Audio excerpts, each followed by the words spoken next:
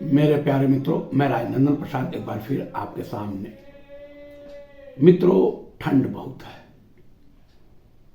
बिहार के सभी जिलों में ठंड काफ़ी है। स्कूल बंद है, शिक्षक स्कूल आ रहे हैं, शिक्षकों को ठंड नहीं लगती। मित्रों, जो बिहार सरकार या शिक्षा विभाग कहें, वे लोग कह रहे हैं कि आखिर हम लोग भी ठंड में आ रहे हैं कि नहीं आ रहे हैं। अपर मुख्य सचिव साहब से लेकर के नीचे चपरासी तक का एक ही बात कहना है कि हम लोग स्कूल आ रहे हैं तो शिक्षकों को आने में क्या परेशानी है। मैं एक बात बता देना चाहता हूं कि आप सचिवालय में आ रहे हैं या संलग्न कार्यालय में आ रहे हैं, जहां जिला शिक्षा पदाधिकारी बैठते हैं, उन तमाम जगहों की स्थिति को अगर आप देखें और स्कूलों की स्थिति को देखें तो जमीन आसमान का फर्क पड़ेगा। पूरा सचिवालय एयर कंडीशन है, ब्लोअर लगा हुआ है, हीटर लगा हुआ है। पहले जिस तरह लोग लकड़ी का अलाव लगा करके आग तापा करते थे, उसी तरह सचिवालय में ब्लोअर और हीटर के सामने बैठ करके, कुर्सी लगा करके लोग आग ताप रहे हैं। और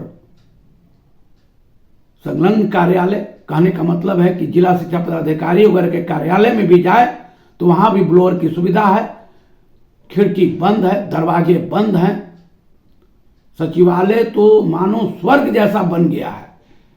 वहां की तुलना आप एक टूटी फूटी प्राथमिक स्कूल, मध्य विद्यालय से आप कर रहे हैं, जहां खेतों के मैदान में, खेतों में आप स्कूल बना हुआ है, न कहीं चार दीवारी है, न ढंग का खिड़की है, न दरवाजा है, हवा चल रही है, साए साए मार रही है, और उस वातावरण से आप अपने आप की तुलना कर रहे हैं और कह रहे हैं कि हम लोग आ रहे हैं। आप आकर के क्या कर रहे हैं और शिक्षक स्कूल में जाके क्या कर रहे हैं? दोनों की स्थिति बिल्कुल भिन्न है। शिक्षक प्रतिदिन स्कूल जाते हैं, बच्चों को पढ़ाते हैं, 8 घंटे लगती है, और सुबह 9:30 बजे से लेकर के 4 बजे तक बोलना पड़ता है, लिखना पड़ता है। इतने डायरेक्शंस जा रहे हैं स्कूलों को कि उसके अनुरूप कार्य करना पड़ता है। अब प्रतिदिन एक समय था ना कि कंप्यूटर ऑपरेटर से लेकर के वरीय अधिकारी तक स्कूल का निरीक्षण करते थे। एक दिन में 3-3 पदाधिकारी, एक गया नहीं कि दूसरा सामने है, दूसरा गया नहीं कि तीसरा सामने आता था। कितने शिक्षक पकड़ाए, कितने शिक्षकों पर आपने कार्रवाई की? मित्रों, दुख के साथ कहना पड़ता है, उस समय भी सारे शिक्षक पढ़ाते थे, आज भी पढ़ाते हैं। कल भी किसी शिक्षक पर कार्रवाई नहीं हुई, आज भी किसी शिक्षक पर कार्रवाई नहीं हुई। क्यों नहीं हुई? क्योंकि शिक्षक, बिहार के शिक्षक, शिक्षा और पेट दोनों का एक रिश्ता है।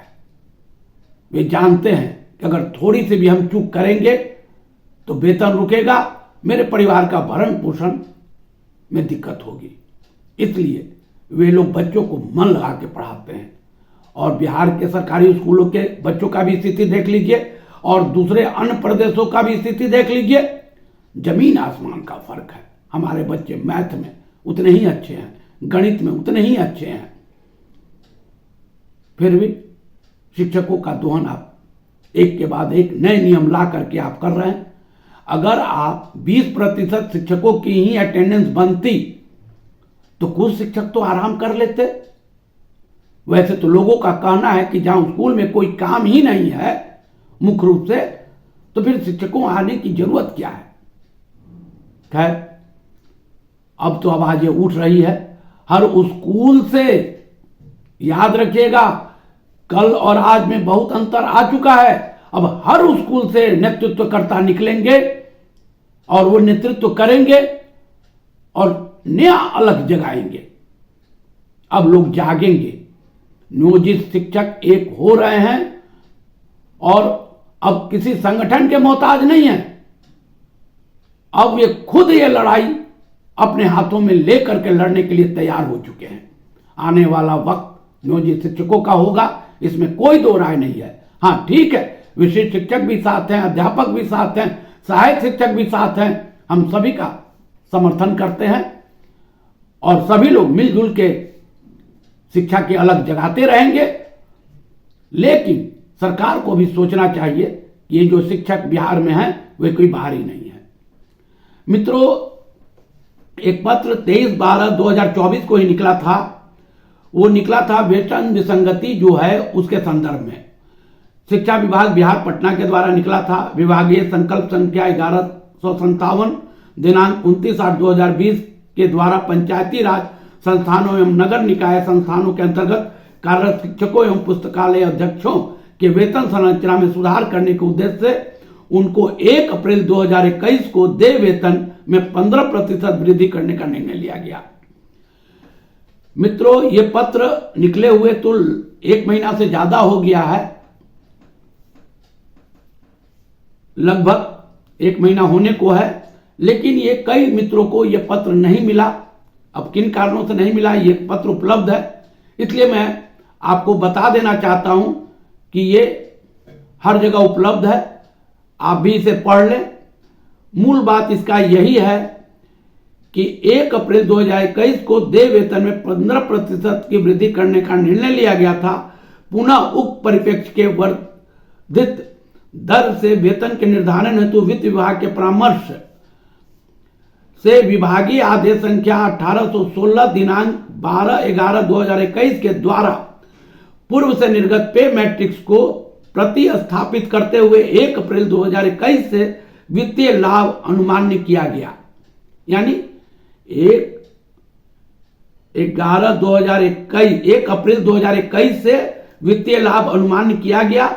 विभागीय आदेश संख्या 1866 12/11/2021 के कंडिका 7(3) में स्पष्ट है कि पे मैट्रिक्स में वेतन निर्धारण में यदि किसी शिक्षक पुस्तकालय अध्यक्ष का मूल वेतन अपने से कनीय वेतन या पुस्तकालय अध्यक्ष से कम निर्धारित हो गया है तो उनका मूल वेतन कनीय विद्यालय के मूल वेतन के अनुरूप निर्धारित किया जाएगा। अतः सभी संबंधित को निर्देश दिया जाता है, निर्देश है कि उक्त परिप्रेक्ष्य में कार्रवाई करना सुनिश्चित करेंगे। यह पत्र निकला है श्री अमित कुमार पुष्पक, उप सचिव हैं शिक्षा विभाग के, पटना, 23/12/2024 को। मित्रों, इसी पत्र के साथ जैसे पटना जिला का इसमें एक पत्र लगा हुआ है, जिला कार्यालय शिक्षा पदाधिकारी पटना स्थापना शाखा संशोधित वेतन विपत्र प्रपत्र। इस प्रपत्र में शिक्षक का नाम, विद्यालय का नाम, नियोजन इकाई, योगदान की तिथि, प्रखंड नियुक्ति तिथि, प्रशिक्षण उत्तीर्णता तिथि, प्रशिक्षण का प्रकार 1/4/2021 को शिक्षक को 15% वृद्धि के उपरांत दे मूल वेतन, 1/4/2021 को इसी संवर्ग में पूर्व में कनीय रहे वेतन शिक्षक का मूल वेतन, अतः दिनांक 1/4/21 को शिक्षक का पुनः निर्धारित मूल वेतन, 1/1/2022 को वेतन वृद्धि, 1/1/23 को वेतन वृद्धि, 1/1/24 की वेतन वृद्धि, 1/1/25 की वेतन वृद्धि। ये पत्र में लिखा हुआ है साक्ष्य के रूप में शिक्षक को नियुक्ति के समय प्राप्त वेतन एवं इसी संवर्ग के उनसे कनीय शिक्षक रहे श्री और श्रीमती नियुक्ति तिथि, प्रशिक्षण तिथि को प्राप्त वेतन के साक्ष्य रूप में कनीय वेतन की सेवा पुस्तिका की छाया प्रति संलग्न है लगा करके आपको जमा कर देना है। आपकी जो वेतन विसंगति है वो ठीक हो जाएगी। आप सभी को मालूम है कि जो शिक्षा मित्र रहे हैं, जो 2003 में जो बहाल हुए और वे ट्रेनिंग लिए 2012 के बाद, और 2006 में जो लोग बहाल हुए थे वो पूर्व में ही ट्रेंड थे, तो उन्हीं लोगों के बीच का ये मसला है। अब ये लोग अपना विपत्र जमा कर देंगे और इनका विपत्र डीओ कार्यालय में जाएगा और फिर वेतन विसंगति ठीक ठाक हो जाएगा। अब कोई घबराने की बात नहीं है।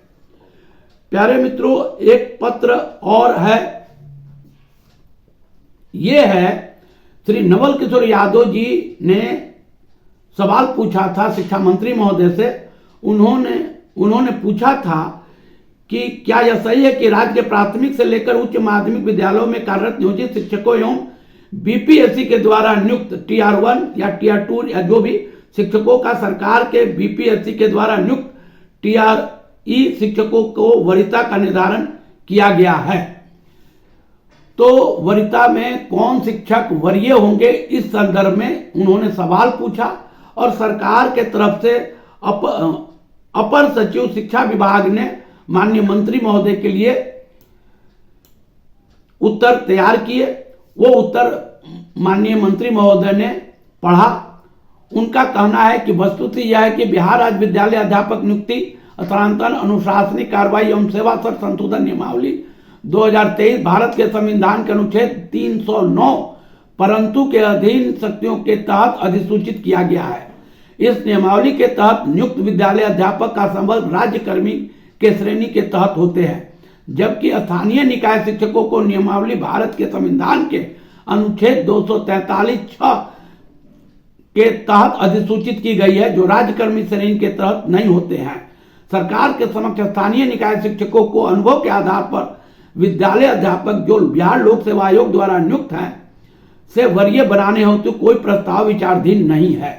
यह मंत्री महोदय ने उत्तर दिया कि वरीय कौन होगा, इसके लिए अभी कोई पैमाना तय नहीं किया गया है। तो सवाल है कि आखिर वरीय कौन होगा, इसका तो निर्धारण होगा ना। कुछ लोग का कहना है कि नहीं, जो सीनियर हैं, जो पहले ज्वाइन किए, जो पहले ट्रेनिंग किए, वो वरीय होंगे।